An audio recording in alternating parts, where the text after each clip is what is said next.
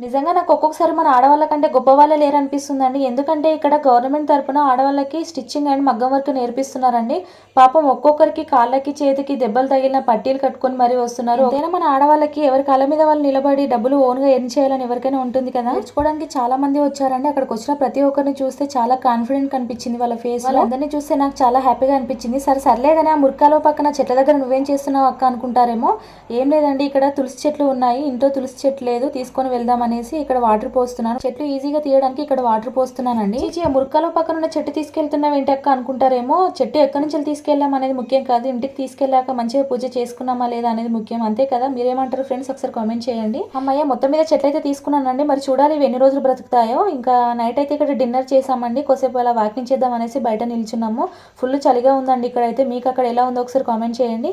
ఇంకా వీడియో నచ్చితే లైక్ చేయండి, నా ఛానల్ని సబ్స్క్రైబ్ చేసుకోండి. Thank you for watching. Take care, bye bye.